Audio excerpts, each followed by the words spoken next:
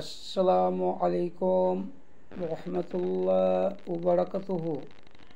সমস্ত প্রশংসা, সমস্ত গুণকীর্তন মহান পাক রব্বুল আলামিনের জন্য, কারণ তিনি সৃষ্টিকর্তা, তিনি পালনকর্তা, তিনি রিজিকদাতা।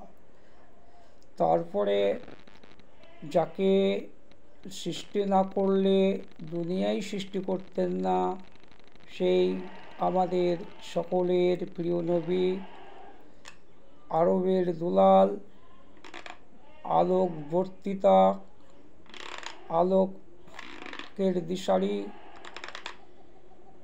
মানব মুক্তির দিশারি হজরত মোহাম্মদ মুস্তফা সাল্লাল্লাহু আলাইহি ওয়াসাল্লামের উপর শত শত দরুদ শরীফ সালাম বর্ষিত হোক, আল্লাহুম্মা আমিন। আমি আপনাদের সম্মুখে কিছু কিছু করে ইসলামিক বক্তব্য জ্ঞানোপযোগী, সময়োপযোগী রাখার চেষ্টা করছি, যাতে আপনারা আপনাদের জীবনকে ইসলামী আদর্শ অনুযায়ী বাস্তবায়িত করতে পারেন। ইতিপূর্বে আমি আমার মিরাজ ইসলামিক বীরভূম ইউটিউব চ্যানেলে নাফরমানি করলে কি তাদের সাজা হয় সেই বক্তব্য আমি তুলে ধরেছিলাম। আজকে আমি একটা বিষয় আপনাদের সম্পর্কে অবগত করাবো, যে আমাদেরকে নবী আল্লাহ পাক রব্বুল আলামিন যে সমস্ত সময় ইবাদত বন্দেগী করতে বলছেন তা নয়, বা সব সময় নিজের কর্মব্যস্ত থাকতে হবে তা নয়, নির্দিষ্ট সময় পর্যন্ত আল্লাহ পাক রব্বুল আলামিনের ইবাদত করতে হবে, এটা আল্লাহ পাক রব্বুল আলামিন বলেছেন। এ থেকে প্রমাণিত করতে পারা যায় যে সূরা মুজাম্মিলটা যে নাজিল হয়েছিল তার কারণটা বা একটুকু বিশ্লেষণ করলে বা ব্যাখ্যা করলে বুঝতে পারবেন যে আল্লাহ পাক রব্বুল আলামিন আমাদেরকে কীভাবে তার কিছু রাত জাগলে রবারদের পুজো জানতে হলে আমাদের সঠিক ধারণাটা চলে আসবে। তা আল্লাহ পাক রব্বুল আলামিন নবুয়ত প্রাপ্তির পর জিবরাইল দেখা করতে এসেছিলেন, সেই চেহারাটা দেখে কিন্তু আমাদের হযরত মুহাম্মদ মুস্তাফা সাল্লাল্লাহু আলাইহি সাল্লাম বেহুশ হয়ে গেছিলেন। তাই তার ভয় ভীতি দূর করার জন্য এই সূরাটা নাজিল হয়েছিল, এবং কি করতে হবে সেটা নির্দিষ্ট বিষয়বস্তু আল্লাহ পাক রব্বুল আলামিন তাকে ওহী মারফত জানিয়ে দিয়েছিলেন। তাই আমি সূরা মুজাম্মিলের যে অর্থ, সেই অর্থটা আপনারা বলে প্রকৃত বুঝতে পারবেন এবং আমরা নিয়মিত পালন করে উপকৃত হবেন। হে চাদরা বৃত্ত রাসূল, ইবাদতের জন্য রাত জাগরণ করো। অল্প সময় ব্যতীত, সমস্ত রাত নয়, অর্ধরাত অথবা এর চেয়ে কিছু কম, অথবা অর্ধকের চেয়ে কিছু বেশি, আর কুরআন সুস্পষ্টভাবে যথা নিয়মে পাঠ করো। নিশ্চয় আমি তোমার উপর এক গুরুভার ওহী নাজিল করছি। নিশ্চয় ইবাদতের জন্য রাত জাগরণ বড়ই আত্মসংযম এবং বক্তব্যের ক্ষেত্রে প্রবল ক্রিয়াশীল।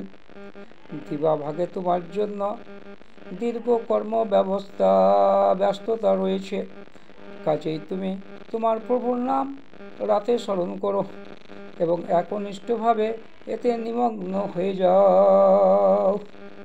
তিনি পূর্ব পশ্চিমের প্রতিপালক, তিনি ছাড়া কোনো উপায় নেই, কাজেই তাকেই কর্মবিধায়ক হিসাবে গ্রহণ করো।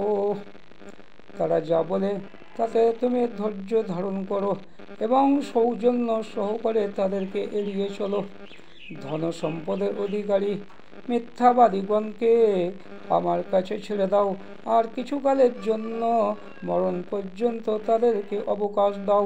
নিশ্চয় আমার কাছে আছে শৃঙ্খল জ্বলন্ত আগুন এবং এমন খাদ্য যা গলায় আটকে যায়, এবং ভয়ঙ্কর শাস্তি।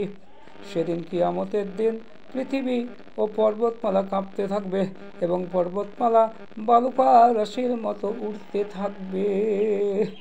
নিশ্চয় আমি তোমাদের কাছে তোমাদের জন্য সাক্ষী স্বরূপ এক রাসূল পাঠিয়েছি, যেমন আমি রাসূল পাঠিয়েছিলাম ফিরআউনের কাছে। কিন্তু ফিরআউন সে রাসূলকে মূসাকে অমান্য করেছিল, ফলে আমি তাকে কঠিনতম শাস্তি দিয়েছিলাম। অতএব তোমরা যদি মুহাম্মদকে অবিশ্বাস করো, তাহলে সেদিন তোমরা কিরূপে আত্মরক্ষা করবে, যেদিন তিনি শিশুকে পরিণত করবেন বৃদ্ধে? সেদিন আকাশ বিদীর্ণ হবে, তার প্রতিশ্রুতি অবশ্যই বাস্তবায়িত হবে। নিশ্চয়ই এটা এক উপদেশ। অতএব যার ইচ্ছা সে তার প্রতিপালকের পথ গ্রহণ করুক। নিশ্চয় তোমার প্রতিপালক জানেন যে তুমি ও তোমার সাথীদের একটি দল রাতের প্রায় 2/3, কখনো অর্ধাংশ এবং কখনো 1/3 আল্লাহর ইবাদতে দণ্ডায়মান অবস্থায় অতিবাহিত করো। আল্লাহ দিন-রাতের পরিমাণ নির্ধারণ করেন। তিনি জানেন যে তোমরা কখনোই সম্পূর্ণ রাত জেগে ইবাদত করতে পারবে না। অতএব আল্লাহ তোমাদের প্রতি ক্ষমা পরবশ হয়েছেন। কাজেই কোরআনের যতটুকু তেলাওয়াত করা তোমাদের জন্য সহজ, ততটুকু তিলাওয়াত করো। আল্লাহ জানেন যে তোমাদের মধ্যে কেউ কেউ অসুস্থ হয়ে পড়বে, কেউ কেউ জীবিকা উপার্জনের জন্য পৃথিবীতে বিচরণ করবে এবং কেউ কেউ আল্লাহর পথে যুদ্ধ লিপ্ত হবে। কাজেই তোমাদের জন্য কোরআন থেকে যতটুকু তিলাওয়াত করা সহজ ততটুকু তিলাওয়াত করো। নামাজ কায়েম করো, যাকাত আদায় করো, আল্লাহর হস্তে মানুষকে কর্জে হাসানা দাও। তোমরা তোমাদের নিজেদের কল্যাণের জন্য যা কিছু ভালো আগে আখিরাতের জন্য প্রেরণ করবে, আল্লাহর কাছে তার অত্যধিক উৎকৃষ্ট প্রতিদান সহ পাবে। তোমরা আল্লাহর কাছে ক্ষমা প্রার্থনা করো, নিশ্চয় আল্লাহ ক্ষমাশীল পরম দয়ালু। আমি সূরা মুজাম্মিলের গুরুত্ব, তাৎপর্য এবং আল্লাহ পাক রব্বুল আলামিন আমাদেরকে কি বলতে চেয়েছেন হযরত মুহাম্মদ মুস্তাফা সাল্লাল্লাহু আলাইহি সাল্লাম মারফত সেটা স্পষ্টভাবে আমরা বুঝতে পারলাম। তাই আসুন আমরা প্রত্যেকেই 5 ওয়াক্ত নামাজ আদায় করি, যাকাত আদায় করি, সময় মতো রাত্রে কিছু অংশ করে দিনের কর্মব্যবস্থা ছেড়ে তেলাওয়াত করি। এই বক্তব্য আপনাদের কেমন লাগছে তার আপনারা কমেন্ট, সাবস্ক্রাইব আর লাইক করে জানাবেন।